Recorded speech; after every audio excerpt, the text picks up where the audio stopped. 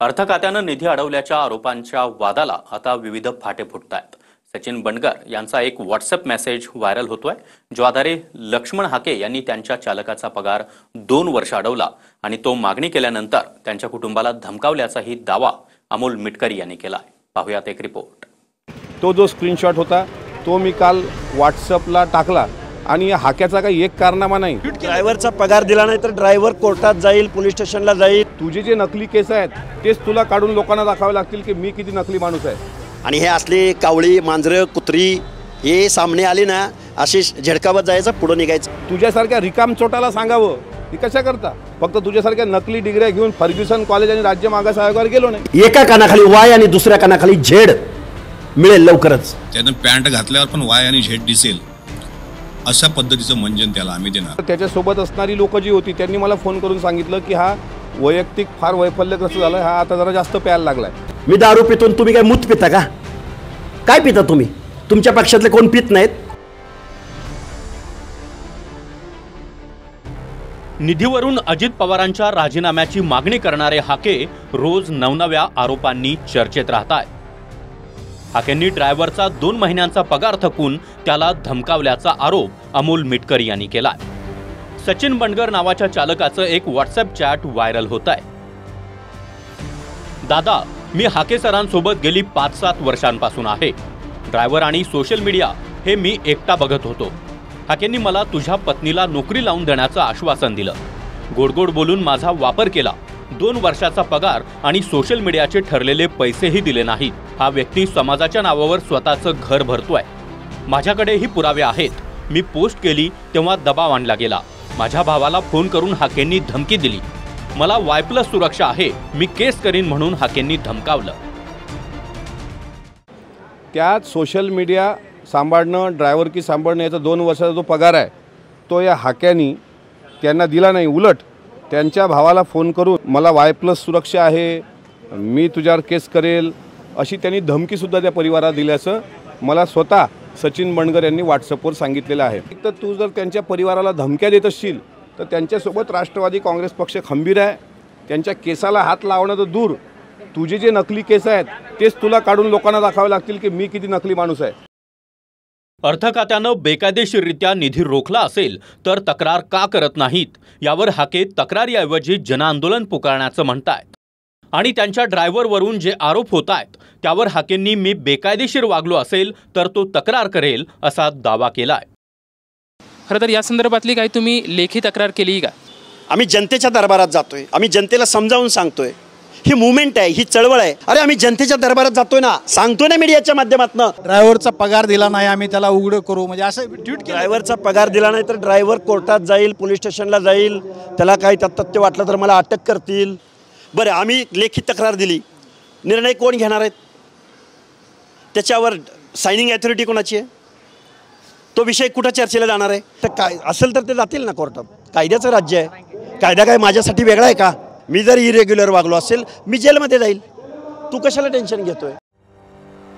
दुसरीकडे हाकेंनी विधानसभा निवडणुकीत वंचित आघाडीचा वापर केला का असे आरोप होऊ लागलेत। निवडणुकीत हाके भाजपला समर्थन दिल्याचा दावा करत होते, मात्र हेच हाके वंचितच्याही मंचावर होते। त्यावरून मिटकरींनी आरोप केलाय की वंचितच्या मी सर्व उमेदवारांचा प्रचार करणार म्हणून हाकेनं प्रकाश आंबेडकरांना सांगितलं होतं। म्हणून बाळासाहेबांनी या झाकण झुल्याला स्टार प्रचारक केलं। पण आर्थिक तडजोड करून हाकेनं ओबीसी सोबत गद्दारी केली। प्रहार सोबतच वंचितचे उमेदवारही आर्थिक तोडपाणी करून पाडण्यात हाकेनं पुढाकार घेतला। हाके सोमनाथ सूर्यवंशीच्या घरी भेटीसाठी गेल्यानंतर या मुद्द्यावरून तिथंच गदारोळ झाला होता।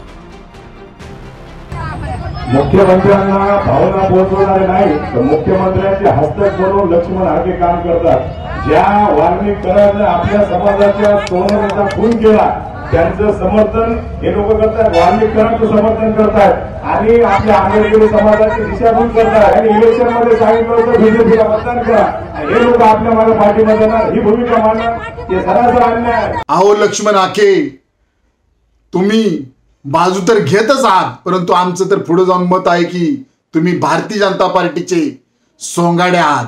तुम्ही कदापिही ओबीसी समाजाचे नेते नाही, हे आम्ही ठामपणे सांगतो। ठीक आहे, त्याचा जो वैयक्तिक प्रश्न आहे त्यांनी आंघोळ करावी दारूनी, आमचं काही म्हणणं नाही, पण आता त्यांनी प्रश्नाची उत्तरं द्यावी. बाळासाहेब आंबेडकर यांनी त्याला संधी दिली होती ओबीसीला निवडून आणण्यासंदर्भात. तो प्रचार प्रमुख दिसतोय वंचित बहुजन आघाडीमध्ये, प्रचार करत होता आणि सांगतोय खुल्लं मी समर्थन दिलं होतं देवेंद्रजींना. त्याच्यानंतर प्रताप पाटील चिखलीकर हे आमचे उमेदवार होते लोहा कंधार विधानसभा मतदारसंघाचे महायुतीचे, त्यांचे विरुद्ध त्यांनी म्हणजे महायुतीच्याच विरुद्ध षडयंत्र केलं.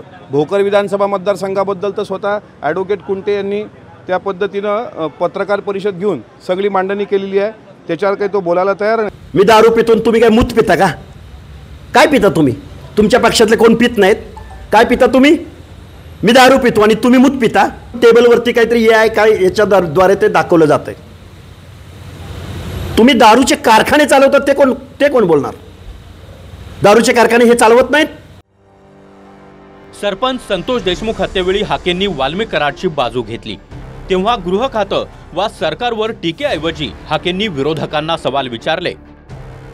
सोमनाथ सूर्यवंशींच्या मृत्यूवेळीही सरकारच्या भूमिकेवर चूप राहून हाकेंनी विरोधक इथं का आले नाहीत असा सवाल केला. हार्वेस्टर प्रकरणात शेतकऱ्यांनी फसवणुकीचा आरोप केल्यानंतर हाकेंनी वाल्मिक कराडऐवजी शेतकऱ्यांकडे इतके पैसे कुठून आले म्हणून त्यांनाच आरोपी केलं. आणि आता कॅबिनेट आणि मुख्यमंत्र्यांच्या स्वाक्षरीशिवाय निधी वळवता येतो का या प्रश्नाऐवजी हाके फक्त अर्थ खात्यावर आग पाखड करताय.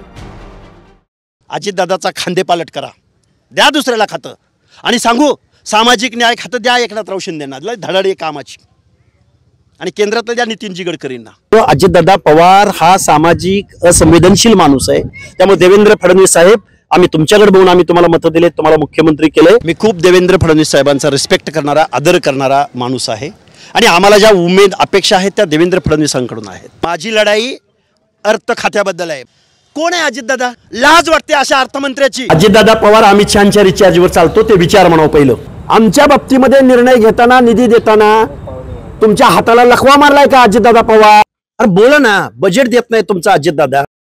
दरम्यान हाकेंच्या दाव्यानुसार निधी वळवला जात असेल तर मंत्री छगन भुजबळ, मंत्री पंकजा मुंडे, मंत्री अतुल सावे, मंत्री गिरीश महाजन, मंत्री गुलाबराव पाटील असे अनेक ओबीसी नेते गप्प का, यावरही प्रश्न विचारले जात आहेत. विशेष म्हणजे यापैकी काही मंत्र्यांनी हाकेंचे आरोप फेटाळले आहेत, तर भुजबळ, मुंडे, सावे यांनी अद्याप या वादावर चकार शब्दही काढला नाही. दरम्यान विक्रम ढोणे यांचं एक पत्र ट्विट करत मिटकरींनी हाकेंची डिग्री आणि मागासवर्ग आयोगावर त्यांची झालेली निवड यावर देखील सवाल केले आहेत. धनगर विवेक जागृती अभियानाच्या पत्रानुसार हाके एक बोगस व्यक्तिमत्व आहे. त्यांनी प्राध्यापकाची डिग्री कोणत्या विद्यापीठातून घेतली हे कागदोपत्री जाहीर करावं. मागासवर्ग आयोगावर वर्णीसाठी हाकेंनी PhD झाल्याची माहिती दिली आहे. हा फसवणुकीचा प्रकार असून गुन्हे दाखल करण्याची मागणी केली गेली आहे. मात्र शासन स्तरावरून त्यांना पाठीशी घातलं जात आहे. आरक्षणाच्या मुद्द्यावरून ओबीसी आणि मराठा समाजात तणाव वाढवण्याचे प्रयत्न सुरू आहेत. त्यामुळे लबाड लांडग्यापासून दूर राहावं. शिवाय मागासवर्ग आयोगावर फसवून पद मिळवलं याबद्दल बंडू काशीद या याचिकेतला उल्लेखही मिटकरींनी ट्विट केलाय. काही लोकांना हाताशी धरून खोट्या कागदपत्रांद्वारे हाकेंनी आयोगात नियुक्ती करून घेतली. ही महाराष्ट्र सरकारची फसवणूक आहे. लक्ष्मण हाकेला मदत करणाऱ्या सर्व राजकीय पुढारी आणि अधिकाऱ्यांविरोधात माझी फिर्याद आहे. इथून पुढे ओबीसी तुम्हाला बायकॉट करतील अशी भाषा बोलणाऱ्याला हे लक्षात ठेवा. मी अमोल मिटकरीच्या प्रश्नाला उत्तर नाही देणार आता इथून पुढे. मी अमोल मिटकरीने 2 शिव्या दिल्या मी अजितदादांना 10 प्रश्न विचारणार. YZ या शब्दाचा अर्थ जोपर्यंत मिटकरी सांगणार नाही तोपर्यंत अजितदादाचे कपडे काढायचं मी थांबवणार नाही. जरी आम्ही वरिष्ठ सभागृहाचे सदस्य आहे तर तुला काय मोकाट सूट दिली काय बोलायची? तू काय पण बोलणार. तू आम्हाला म्हणणार माकड तोंड्या, तुझंच तोंड बघ, तू माकडासारखा आहे. आणि माझा अभ्यास काढू नको. तुझ्यापेक्षा 2 पानं शिल्लकच वाचलेली आहेत मी. फक्त तुझ्यासारख्या नकली डिग्र्या घेऊन फर्ग्युसन कॉलेज आणि राज्य मागास आयोगावर गेलो नाही. तुला काहीतरी तुकडा पाहिजे म्हणून तू भुंकतोय. तुर्तास हाकेंचे निधी वळवल्याचे आरोप मुख्यमंत्र्यांसह अनेक मंत्र्यांनी फेटाळले आहेत. मात्र दुसरीकडे हाके सरकारवर आरोप करण्याऐवजी भाजप न्याय करेल असा विश्वास व्यक्त करत अर्थ खात्याला टार्गेट करतायत. अक्षय मंकानीसह श्रीराम शिंदे, TV9 मराठी.